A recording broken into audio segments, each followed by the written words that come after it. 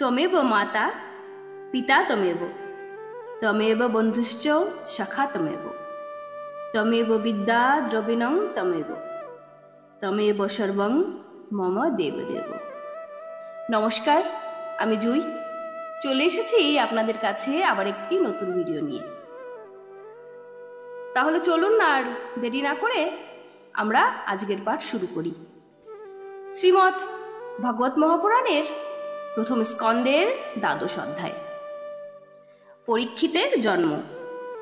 শৌনক বললেন, অশ্বত্থামা, হে মহৎ যময়, ব্রহ্মাস্ত্র নিক্ষেপ করেছিলেন, তাতে উত্তরার গর্ভে নষ্ট হয়ে গিয়েছিল, কিন্তু ভগবান শ্রীকৃষ্ণ তাকে পুনরায় জীবিত করে দিয়েছিলেন।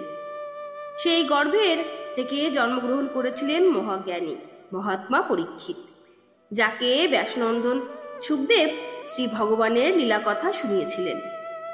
সেই পরীক্ষিতের জন্ম, কর্ম, মৃত্যু এবং মৃত্যুর পরে যে গতি, সেই সব বৃত্তান্ত আপনি যদি উচিত মনে করেন তাহলে আমাদের বলুন। আমরা সেই বৃত্তান্তে অতীব শ্রদ্ধাশীল, অর্থাৎ সম্পূর্ণ বিশ্বাসী। আমরা তা শুনতে চাই। সুত বললেন, ধর্মরাজ যুধিষ্ঠিরের পিতৃবৎ পরম স্নেহে প্রজা পালন করতে লাগলেন। ভগবান শ্রীকৃষ্ণের পাদপদ্মে অনুরাগ বশতই ঐহিক ও পারিত্রিক সব রকম কামনাতেই তিনি বীতস্পৃশ হয়ে গিয়েছিলেন। হে শৌনকাদি ঋষিগণ, তিনি অতুল ঐশ্বর্যের অধিপতি ছিলেন, বড় বড় যজ্ঞ করেছিলেন এবং সেই যজ্ঞের ফলস্বরূপ শ্রেষ্ঠ লোকসমূহের অধিকারী হয়েছিলেন। তার মহিষীগণ এবং ভাইয়েরা তার অনুগত ছিল। সসাগরা পৃথিবীর তিনি অধিপতি ছিলেন। তিনি জম্বুদ্বীপের প্রভু ছিলেন এবং তার পূর্ণকৃতি স্বর্গ পর্যন্ত বিস্তৃত হয়েছিল। দেবদুর্লভ ভোগ সামগ্রী তার করায়ত্ত ছিল, কিন্তু ক্ষুধার্ত মানুষের কাছে খাদ্যদ্রব্য ছাড়া মালা চন্দনাদি অন্যান্য দ্রব্যের যেমন কোনো কদর থাকে না, তেমনি ভগবানের সেবা ব্যতীত অন্য কিছুই তার প্রীতি উৎপাদন করতে পারত না। হে শৌনক, উত্তরার গর্ভস্থ সেই বীর শিশু পরীক্ষিত যখন অশ্বত্থামার ব্রহ্মাস্ত্রের তেজে দগ্ধ হয়েছিলেন, তখন তিনি তার সম্মুখে দণ্ডায়মান অপূর্ব দর্শন এক পুরুষকে দেখতে পেয়েছিলেন।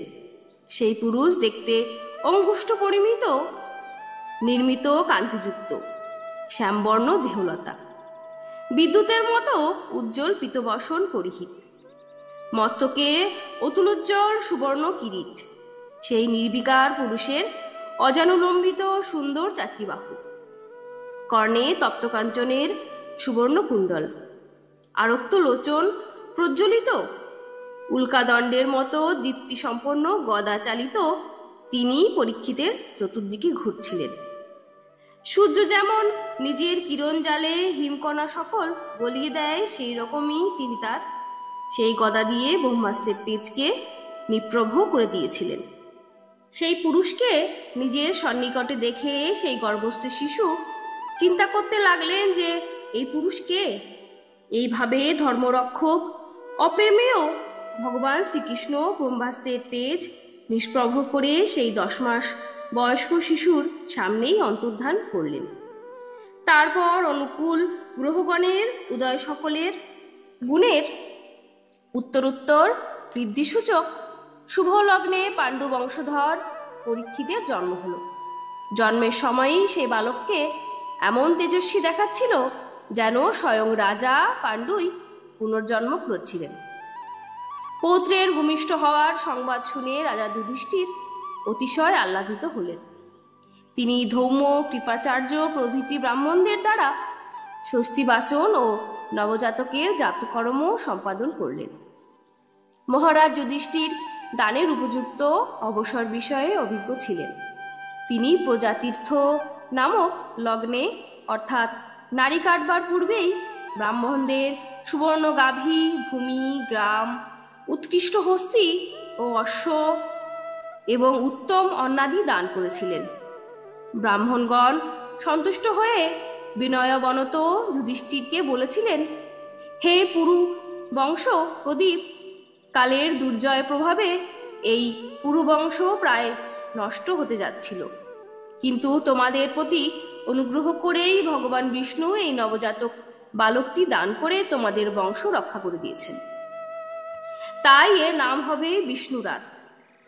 এই বালক যে জগতে বিপুল যশস্বী ও পরম ভাগবত মহাপুরুষ হবে, এই বিষয়ে কোনো সন্দেহই নেই।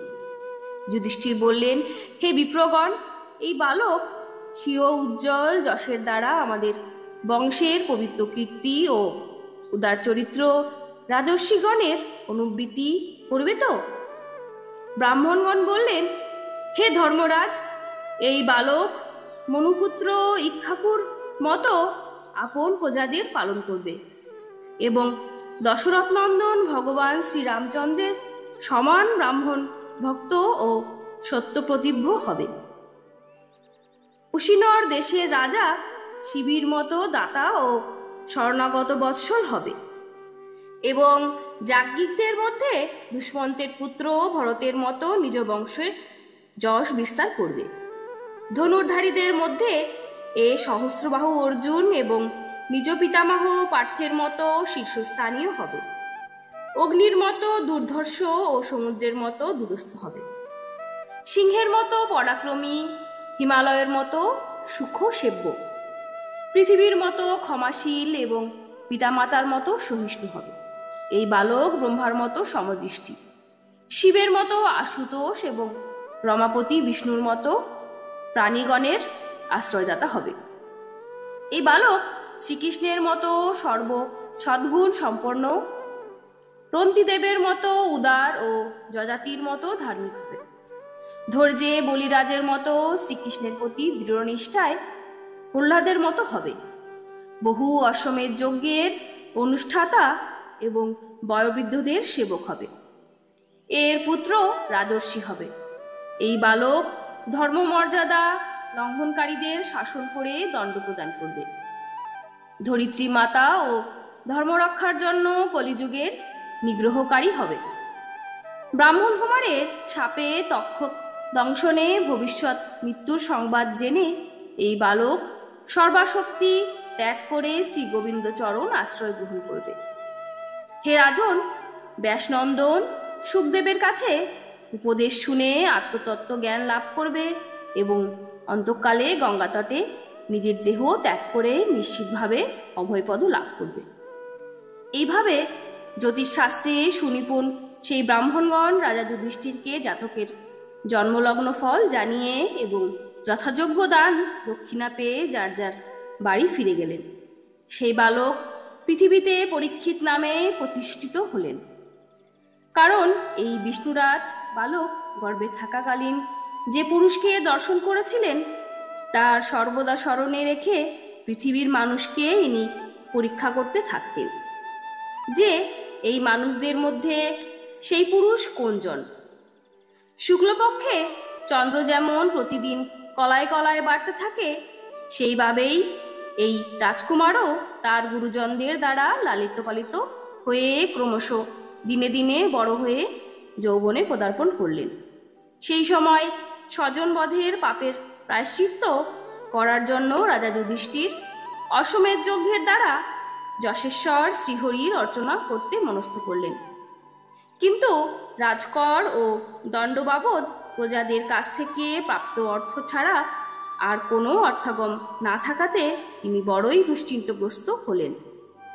তার অভিপ্রায় বুঝতে পেরে ভগবান শ্রীকৃষ্ণের প্রেরণায় তার ভাইয়েরা উত্তর দিকে রাজা মরুত্ব ও ব্রাহ্মণদের দ্বারা পরিত্যক্ত বহু সোনাদানা এবং ধনরত্ন নিয়ে এলেন।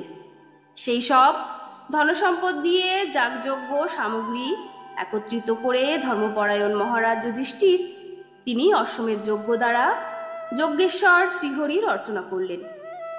যুধিষ্ঠিরের দ্বারা নিমন্ত্রিত হয়ে শ্রীকৃষ্ণ যজ্ঞে এসে ব্রাহ্মণদের দ্বারা যজ্ঞ পূর্ণ করিয়ে নিজেদের আত্মীয়দের বিধিবিধানার্থে কয়েক মাস সেখান থেকে গেলেন। হে সৌরভ, তারপর ভাইদের সাথে রাজা যুধিষ্ঠির ও দ্রৌপদীর কাছে অনুমতি নিয়ে অর্জুনকে সঙ্গে নিয়ে যদুগণের দ্বারা পরিবেষ্টিত হয়ে শ্রীকৃষ্ণ দ্বারকার উদ্দেশ্যে প্রস্থান করলেন। শ্রী মহর্ষি বেদব্যাস প্রণীত পারমহংসী সংহিতা শ্রীমৎ ভাগবত মহাপুরাণের প্রথম স্কন্দের পরীক্ষিত জন্ম উৎকর্ষ নামক দ্বাদশ অধ্যায় এখানেই সমাপ্ত হলো।